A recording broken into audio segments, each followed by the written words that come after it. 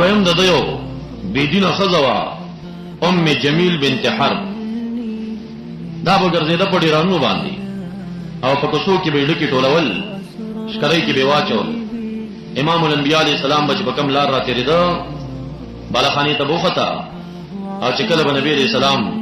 حرم شریف ته راتلو د برنه به ور باندې ډکی وردول نو دا سزا بدی ته په جهنم کې ملاويږي دا به مکلف وي په دې باندې چې په جهنم کې به زقوم او ذریع راټولای او د نور جهنميانو ته ورګي لکه دې دنیا کې رب تعالی محبوب محمد رسول الله صلی الله علیه وسلم په عداوت او دشمنی کې ډکی راټول کړی دا به التم داسي هغه سزا ته اشاره ده او په دې دنیا کې هم سرزنش داو چې دا غرتا د خشاکو په ستلی و او بیا د لرګو یو ګډه راوکا راغلا یو کانی ته دا ګډه کې خود ستړی و نو دا کانی ته چې ګډه کې خدا رسول الله کولو کړی نه وی رسول تلختی وی دا ګډه د کانی نشاته ورغه